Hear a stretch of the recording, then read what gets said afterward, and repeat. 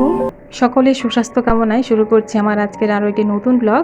আজকের ব্লগটি দেখার জন্য আপনাদের সবাইকে স্বাগত জানাচ্ছি। আশা করছি বরাবরের মতো যে যেখানে আছেন কিংবা যে অবস্থাতেই আছেন খুবই ভালো এবং সুস্থ আছেন। আলহামদুলিল্লাহ, আল্লাহর অশেষ রহমতে আমরাও খুবই ভালো এবং সুস্থ আছি। আর আজকের ব্লগটা শুরু করে দিয়েছি হচ্ছে সকালের নাস্তা করার পর থেকে। আর আজকে হচ্ছে শুক্রবার। আর এখন হচ্ছে শুক্রবারের নাস্তা করার পরে আমি আমার বেডটা গুছিয়ে নিচ্ছি। প্রথমে হচ্ছে বেডরুমটা ক্লিন করে নিচ্ছি। আর প্রতিদিন দেখা যায় রুটিন কিন্তু একই রকম থাকে। সকালে নাস্তা করার পরে এভাবে বেডটা গুছিয়ে নিই। প্রথম যেহেতু আমাদের দিনের শুরুটা হয় বেড থেকে উঠেই, তাই বেডটা যেহেতু সবথেকে বেশি ব্যবহার করা হয়, সেজন্য দেখা যায় বেডটাই বেশি অগোছালো হয়। তাই সকালে নাস্তা করার পরেই আমি সরাসরি চলে আসি বেডরুমে প্রথম। যেহেতু এর মধ্যে আমার বাচ্চা এবং ফারিনের বাবাও উঠে গিয়েছে, তো সেজন্যই ভাবলাম যে বেডরুমটা আগে ক্লিন করে নিই। আর ওই রুমটা অফ ক্যামেরাতেই ক্লিন করতে হবে, যেহেতু ওই রুমে ওরা আছে, পাশের রুম যেটা আছে সেখানে।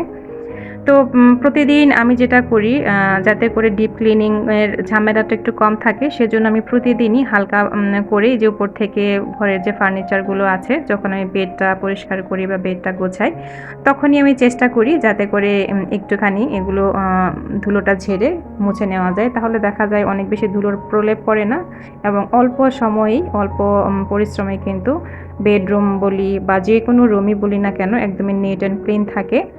আর যদি দেখা যায় যে আমরা চিন্তা করি বা আমি যদি এরকম হয় কখনো যে ২-১ দিনের মধ্যে এগুলোতে ধুলো ঝাড়া হয়নি বা একটু পরিষ্কার করা হয়নি, তখন দেখা যায় একটু বেশি ধুলো জমে যায়, তখন সেগুলো সরাতেও কিন্তু সময় বেশি লাগে। আর ফার্নিচারের যে জিনিসটা হয়, যত বেশি এগুলোকে যত্ন করা হয় বা যত বেশি ঝেড়ে মুছে পরিষ্কার করে রাখা হয়, এটা চাকচিক্য কিন্তু তত বেশি বেড়ে যায় বা তত বেশি সুন্দর থাকে। অনেক বেশি ময়লার আবরণ পড়ে গেলে কিন্তু পুরো একটা খসখসে ব্যাপার চলে আসে, আঠালো আঠালো একটা ময়লার স্তর তৈরি হয়, তখন কিন্তু মুছলেও শুকনো কাপড় দিয়ে সহজে পরিষ্কার হতে চায় না। তো এই তো এর মধ্যে কিন্তু আমার বেডরুমটা মোটামুটি গোছানো হয়ে গিয়েছে। এক ঝলকে আমার বেডরুমটা আপনাদেরকে দেখিয়ে দিচ্ছি।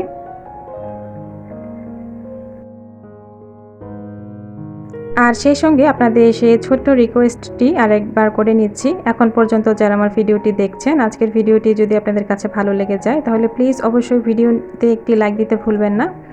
আর আমার এর পরবর্তী ভিডিওগুলো যদি দেখতে চান, তাহলে অবশ্যই আমার চ্যানেলটিকে সাবস্ক্রাইব করে পাশে থাকা বেল বাটনের অল অপশনটি সিলেক্ট করে দিতে হবে। আর অলরেডি যারা কাজগুলো করে দিয়েছেন, আপনাদের সবাইকে জানাচ্ছি অনেক অনেক ধন্যবাদ। আর আজকে হচ্ছে আমি ফ্রিজটাও ক্লিন করে নিচ্ছি, যেহেতু মাসের একদমই শেষ দিকে। তো ফ্রিজে মাছ মাংস একদম সবজি টবজি সব কিছু একদমই শেষের দিকে ছিল, তাই ভাবলাম যে আজকেই পারফেক্ট টাইম ফ্রিজটা ক্লিন করার জন্য। আর এর মধ্যেই হচ্ছে সকালে ঘুম থেকে উঠে আমি ফ্রিজ থেকে সব কিছু বের করে তারপরে হচ্ছে এটাকে আমি নর্মালি রেখে দিয়েছিলাম। তারপরে হচ্ছে ফ্রিজের ভিতরের অংশগুলো অফ ক্যামেরাতেই ক্লিন করেছি। তারপরে হচ্ছে আমি গ্লাসগুলোকে পরিষ্কার করে পানি ঢালতে দিয়েছিলাম, সেগুলো একটু মুছে নিলাম টিস্যু দিয়ে। আর এই তো এখন আমি চলে এসেছি কিচেনে আমার দুপুরে রান্না বান্না করার জন্য। আজকে হচ্ছে সিম্পল রান্না করব। আমার গতকালকে রান্না কিছুটা আছে, শুধু একটা তরকারি রান্না করব।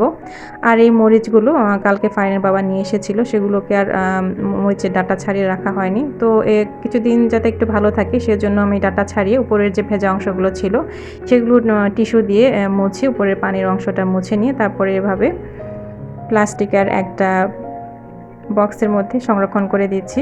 তো এভাবেই রাখলেই দেখা যায় অনেক দিন থাকে। এছাড়া দেখা যায় বেশি মরিচ যখন থাকে তখন আমি ডিপে রেখে ফ্রোজেন করি। আর এখন দুপুরের জন্য রান্না করে নিচ্ছি।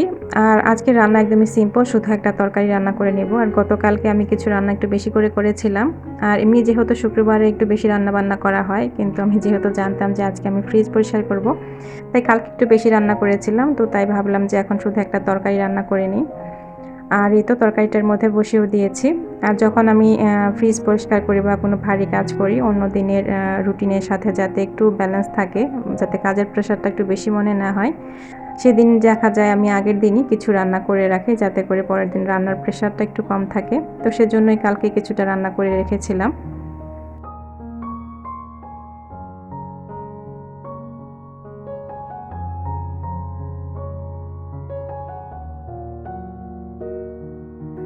বেশিরভাগ সময় যখন আমি মাছ রান্না করি, বিশেষ করে বড় মাছ, তখন আমি চেষ্টা করি ভেজে রান্না করার জন্য। তো আজকে যেহেতু ইলিশ মাছ রান্না করছি, তাই ভাবলাম যে আজকে একটু কষিয়ে রান্না করি। আর আজকে পটল দিয়ে রান্না করছি। তো এর মধ্যে মাছটা কষানো হয়ে গিয়েছে, এর মধ্যে সবজিটা দিয়ে দিয়েছি আমি। তারপরে হচ্ছে আমি চলে এসেছি সবজিটা সিদ্ধ হতে দিয়ে আমার ফ্রিজটা অর্গানাইজ করতে। এর মধ্যে ফ্রিজটাও যেহেতু একদমই ভিতরের ভেজা অংশগুলো শুকিয়ে গিয়েছে, আমি কিছুক্ষণ আগে লাইন দিয়ে রেখেছিলাম। প্রায় ১ ঘন্টার মতো কিন্তু এটা লাইনে রাখার পরে অন করে তারপরে হচ্ছে আমি ফ্রিজটা এখন অর্গানাইজ করে নিচ্ছি। এখানে হচ্ছে ভিতরে ট্রেগুলো দিয়ে তারপরে হচ্ছে ফ্রিজের বাকি যে জিনিসগুলো আছে সেগুলো আমি রেখে দেবো। আর এমনিতেও ফ্রিজে তেমন কোনো সবজি ছিল না। আর যতটুকু ছিল ততটুকু আমি রান্না করে নিয়েছি। পটল ছিল শুধু। আর ফ্রিজ দেখা যায় আমি ৩ মাস পরপরই পরিষ্কার করার চেষ্টা করি। কারণ ফ্রিজ তো আসলে রেগুলার পরিষ্কার করার প্রয়োজন পড়ে না। এমনিতে যখন দেখা যায় ফ্রিজ থেকে কিছু রাখতে গেলে খাবার পড়ে যায়, তখন সঙ্গে, সঙ্গে আমি সেটা কাপড় দিয়ে ভেজা কাপড় দিয়ে মুছে নিই। তো বেশিরভাগ সময় ৩ মাস পরপরই আমি পরিষ্কার করি, ডিপ ক্লিনিং যেটাকে বলা হয়। তো আজকেও সেটাই করে নিলাম। আর মাঝে মধ্যে যদি দেখা যায় উপরে একটু হালকা ময়লা হয়েছে বা একটু কোনো কিছুর দাগ লেগে গিয়েছে, তো সঙ্গে, সঙ্গে সেটা একটু পরিষ্কার করে নিই। তাহলে দেখা যায় ৩ মাস পর, পর ডিপ ক্লিনিং করলেই চলে। আর বেশি, বেশি ডিপ ক্লিনিং এর ঝামেলা এড়াতে আমরা যদি দেখি যে কখনো কোনো কিছু পড়ে গিয়েছে বা হালকা একটু ময়লা হয়েছে, যদি সঙ্গে, সঙ্গে সেটা মুছে নেই, তাহলে কিন্তু আর ৩ মাসের মধ্যে ডিপ ক্লিনিং না করলেও হয়। আমি এভাবেই করি। তো এই তো এর মধ্যে কিন্তু আমার রান্নাও অনেকটা হয়ে গিয়েছে, যেহেতু একটাই রান্না করছি শুধু। আর অফ ক্যামেরাতেই আমি আমার ড্রয়িং, ডাইনিং যতটুকু পরিষ্কার করার দরকার ছিল করে নিয়েছি। তো সবকিছু তো আর ভিডিওতে দেখানো সম্ভব না। আর প্রতিদিনের মতো এখন হচ্ছে সব কাজ শেষ হয়ে যাওয়ার পরে আমি ঘরটা মুছে নিব, যেটা আমি রেগুলার করে থাকি। আমি চেষ্টা করি প্রত্যেক দিনই ঘরটা মুছে নেওয়ার জন্য। এতে করে খুব একটা ময়লা হয় না। অল্প করে একটু উপরে মুছে নিলে পরিষ্কার হয়ে যায়। তো আজকের ব্লগ থেকে এখানে বিদায় নিয়ে নিচ্ছি। যে যেখানেই থাকুন ভালো এবং সুস্থ থাকুন। পরবর্তী ব্লগ দেখার আমন্ত্রণ রইল। আল্লাহ হাফেজ।